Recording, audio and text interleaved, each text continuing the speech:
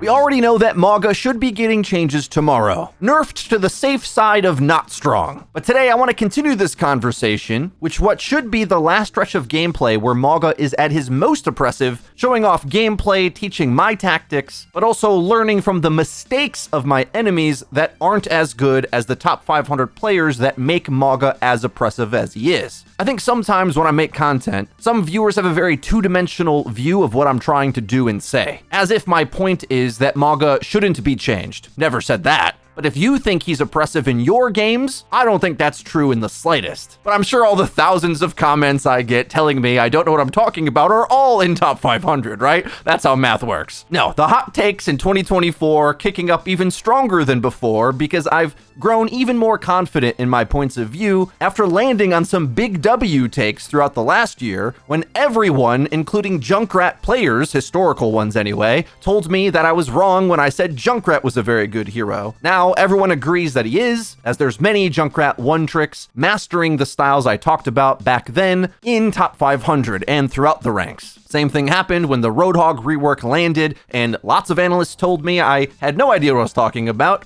and he was weaker than the previous version, not stronger like I claimed, and that bore out not just in everyone's perception, but in the data that the Blizzard devs give us every now and again. And I'm pretty sure I'm right about this Mauga take as well. And if you know how gambling works, being right when everyone else is wrong is worth far more than just agreeing with what the consensus already is. And I think if you want a deeper understanding of the game, there's a lot of interesting nuance to be had between the extreme top player base that play the game in an entirely separate way from mostly everyone else, and how we should properly advise the devs to balance that problem. I thought perhaps Mauga players would get better after I went on holiday break. I hadn't lost to them before my break. I come back, play a few more days, a whole slew of gameplay of not just beating Mauga, but dominating the matchups. I'm talking like radical score lines, where they feel like they can have no impact and they either swap or get blown out. I've been talking a bit with Sam Mito about this behind the scenes. He would go so far to call Mauga pay to win, and while I don't think he would disagree with my points on how to interact with the mechanics, I think often a player of his caliber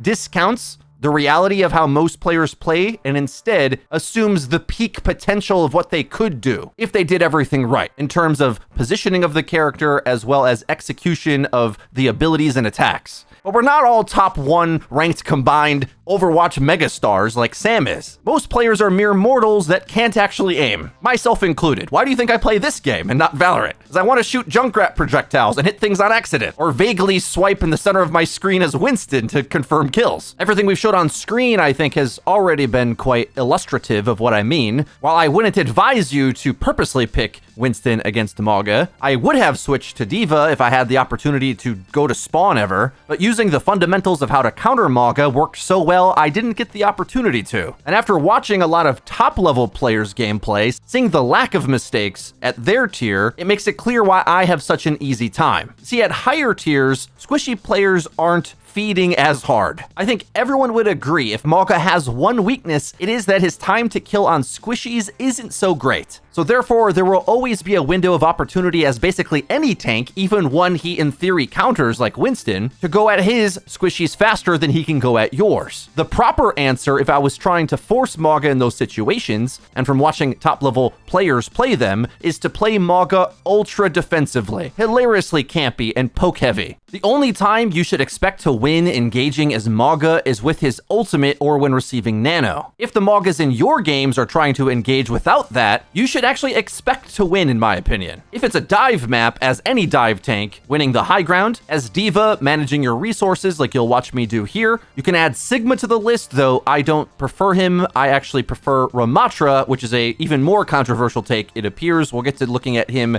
after the D.Va footage. Especially as a lot of players play Ana with Mauga, I don't find it so difficult to find the dream combo of using a full defense matrix to fully counter not just his shout, but the Ana abilities behind him, cutting off his damage, his lifesteal, and his support system all at the same time. Granted, you have to be careful as you work yourself into position, manage that defense matrix until you're fully committed, but I don't think that's so difficult either. It just means you have to be more patient and be less indecisive as you're making your way in. The way I advise you do that as D.Va is remember that it's a shooter game and you don't make space by pressing your face in necessarily. Try to read the play and let it develop. You're less of a dive tank and more of a protector looking to either peel or swing a matchup your teammate is creating. I see a lot of D.Va players often use Matrix just to eat up random poke damage, often wasting it before they really need it. I instead try to look for the big cooldowns the enemy wants to use and engage on, often hiding my face as we're jockeying for position, and making use of D.Va's rather overpowered armor health before I even think about using Matrix, making my healing even more efficient as well. Things you might want to look out for is like that damage Moira orb that keeps coming across the map, waiting for Bastion to use Transform or Mauga to hard engage. While I might not be a consistent top tank player, I am a top 1% support player and did peak into top 500 when it came to some of these more defensive metas. Ones where it was more about holding position with patience, poking for an opening, and committing after that. Using those tactics against Mauga pays dividends, makes them very impatient, and while I think a top 500 player would be even more patient to outweight me, the likelihood that someone on the enemy team will try to make something happen, overstep,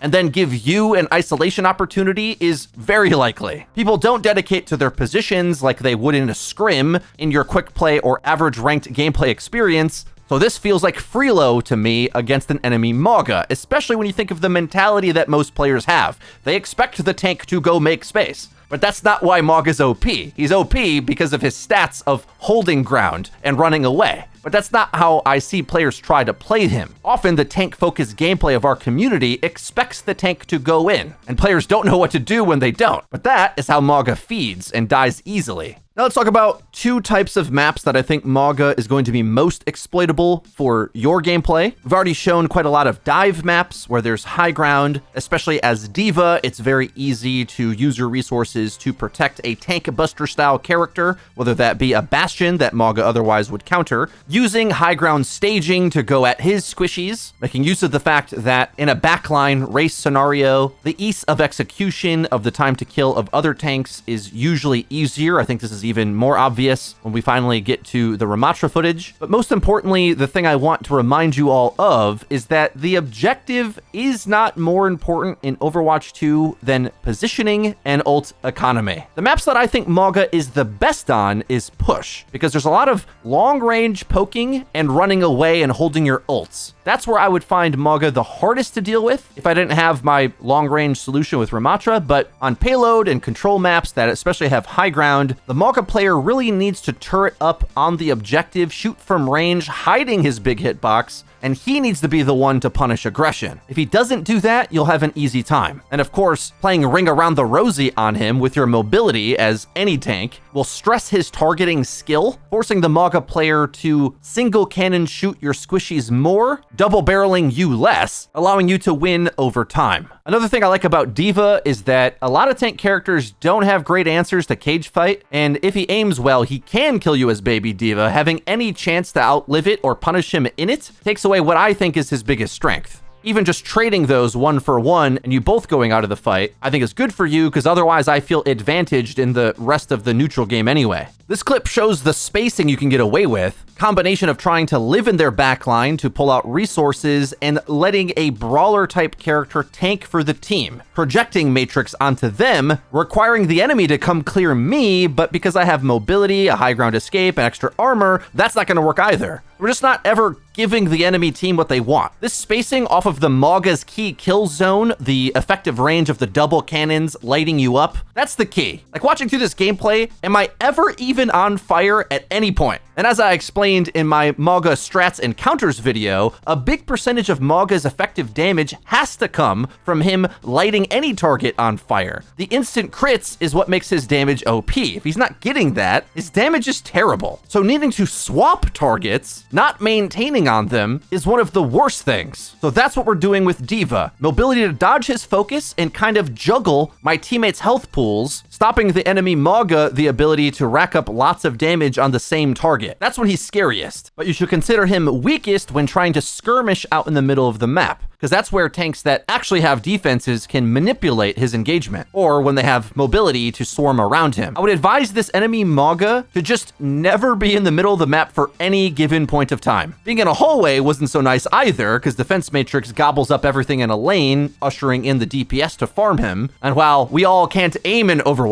we can all hit a Mauga, so that matchup's not so great. Instead, what the Mauga needs to do is pressure for an advantage, holding his resources on a point of cover that can hit something meaningful, but I don't think that exists in a swarmy divey style map like Lighthouse, which has proven to be one of the better maps to showcase in today's video.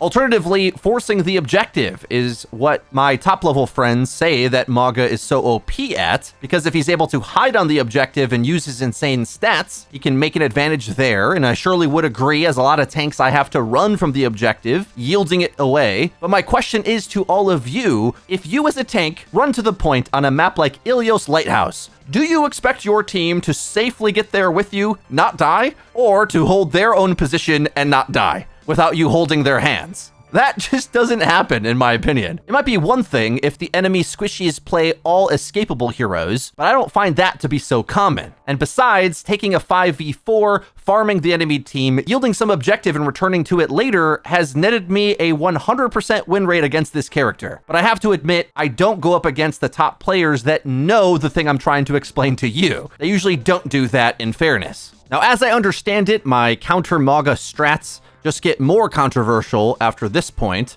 Diva is one that most players agree at least slow Mauga down. I think Ramattra is just a pocket pick for me. Sigma should be a better pick in theory, but the way I play Ram on these longer range maps, I prefer him. You'd also look to a similar reserved playstyle in a Mauga mirror. I like him especially on attack because he's more effective at using the cart as moving cover, really taking me back to my top 500 Orisa double shield days. As Ram, you want to have cover to jiggle peek off, to apply pressure with your staff, and to dodge the amount of bullets he's going to need to set you on fire. If you're not burning, you're winning. Then, we will only pop our shields when he pops his lifesteal shout, and while if a squishy presents themselves as feeding, I might punish them with the snare or running them down with punches, but if that doesn't happen, we'll wait to commit everything onto the Mauga, if he oversteps and overstays his welcome. Most tank players in Overwatch are just bad at using cover, it seems. They expect to be the guy in front, they're supposed to get healed, but in a shooter tank versus shooter tank matchup, the one who exposes himself less is just simply gonna win. And while Ram has some weaknesses, Mauga having more armor health surely matters, but I think playing at range as Mauga in mage form is a bit of an advantage because your hitbox is kind of funky for double cannon spread when you start getting farther away or using cover. This Junkertown game, like a lot of these other games that I showed here today, the enemy Mauga switches off after not being able to have an impact. One that I think is surprisingly effective for me is on Hollywood, which is a shorter range map. You'd expect Mauga to not struggle with his range control there.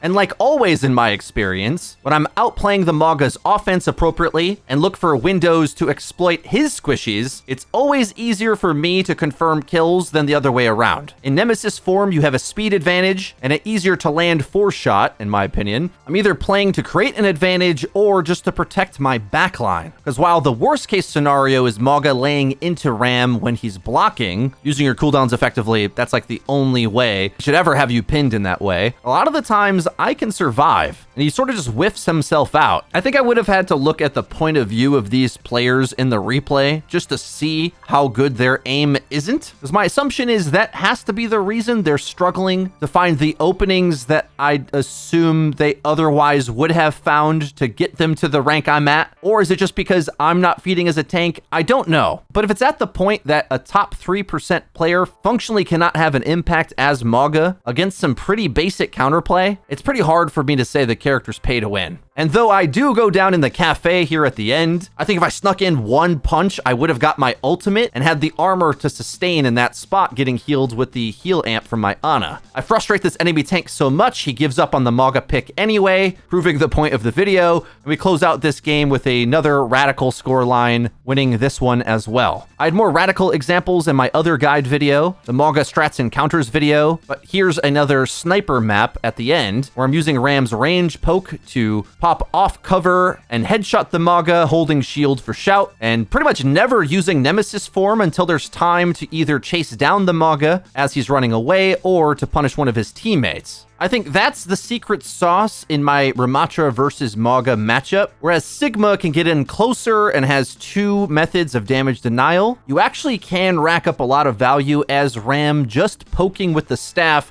holding your cooldowns to interact with the enemy pathing into you. Since Ram doesn't have fall-off damage, and they made his projectile size bigger, as well as giving him natural armor health, turning up as a long-range sniper tank is pretty darn good, actually. I think a lot of players view Ram as a character that sort of is just waiting to be impactful with hitting the gas pedal with his engages with Nemesis form, but you can really work down a lot of resources just shooting his 100 nanites per reload. Kind of surprising, actually, how much it does. Less is more on these long-range maps. And keep in mind, they changed the numbers from some of my older Mauga videos. Taking his damage number lower, he doesn't really do that much damage until the target's burning for auto crits, making the gap between Ram's range damage and Mauga's range damage even more severe. So on these bigger maps, if we already think it's not so hard to defend against a Mauga engaging in, well, now you just poke him down before he even gets close, making me feel like I win in either scenario no matter what he does. This makes for an incredible blowout win, and I think that one, especially, you can see the enemy Mauga is just trying to do too much. Like, the character